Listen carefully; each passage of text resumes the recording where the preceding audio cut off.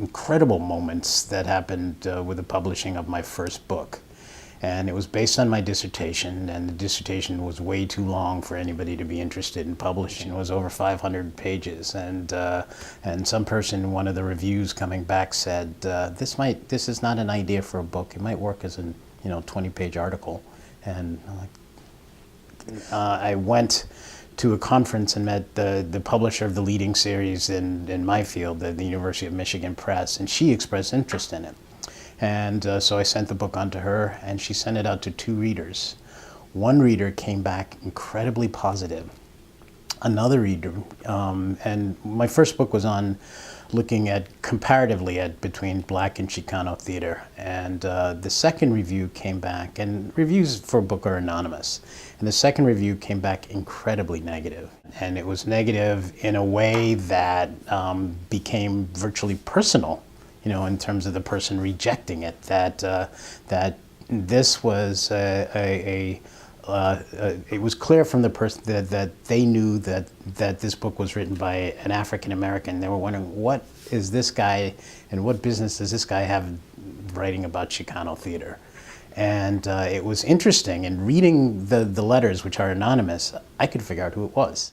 Not only getting the negative comments, which hurt, which stung, but really thinking about where they were coming from and being proactive. So, I wrote an introduction that I probably wouldn't have written again, saying, outing myself in a sense as this Black man writing this book and what I'm trying to do. And, my feeling of that it was only strengthened by that we can't be, in a sense, parochial, that only Black people can write this and white people can write this or Chicano people can write this.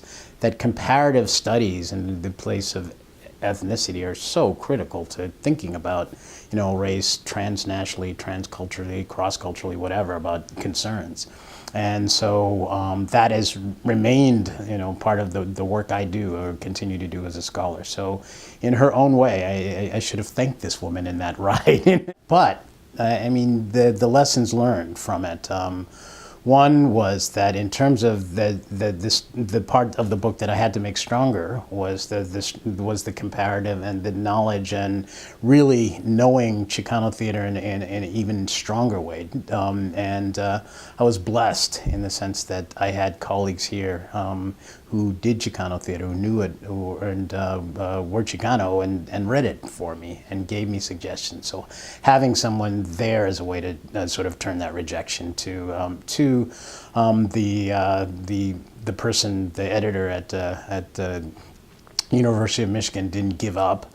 And I guess the 3 was my sense of determination. I'm going to make this work and think about what I guess you would call the politics of location. By that I mean, what does it mean for me as a Black person to write comparatively about Black and Chicano theater, and how do I think about and be sensitive? So the rejection, in a sense, made me sensitive to writing the book potentially differently, and the book was published and has gone on, or I've gone on, but academia, there's continual rejections along the way, and it's often around publication that you'll send something to a journal, and the journal will say no, and somehow we've got to pick up, and that happened most recently to an article written by my wife and me.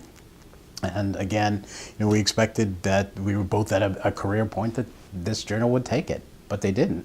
So what we did, we turned around, we looked at it again, made changes, and sent it out to another journal. So that sense of really being able to pick yourself up afterwards, that it's not the end, but to really try, in my experience, to try to see it as a different beginning. It sort of hurts to get rejected, but there's got to be some lesson and some learning in that. And, sometimes the learning is hard. And, the first book, there were times where I felt that I'm never going to be able to do this.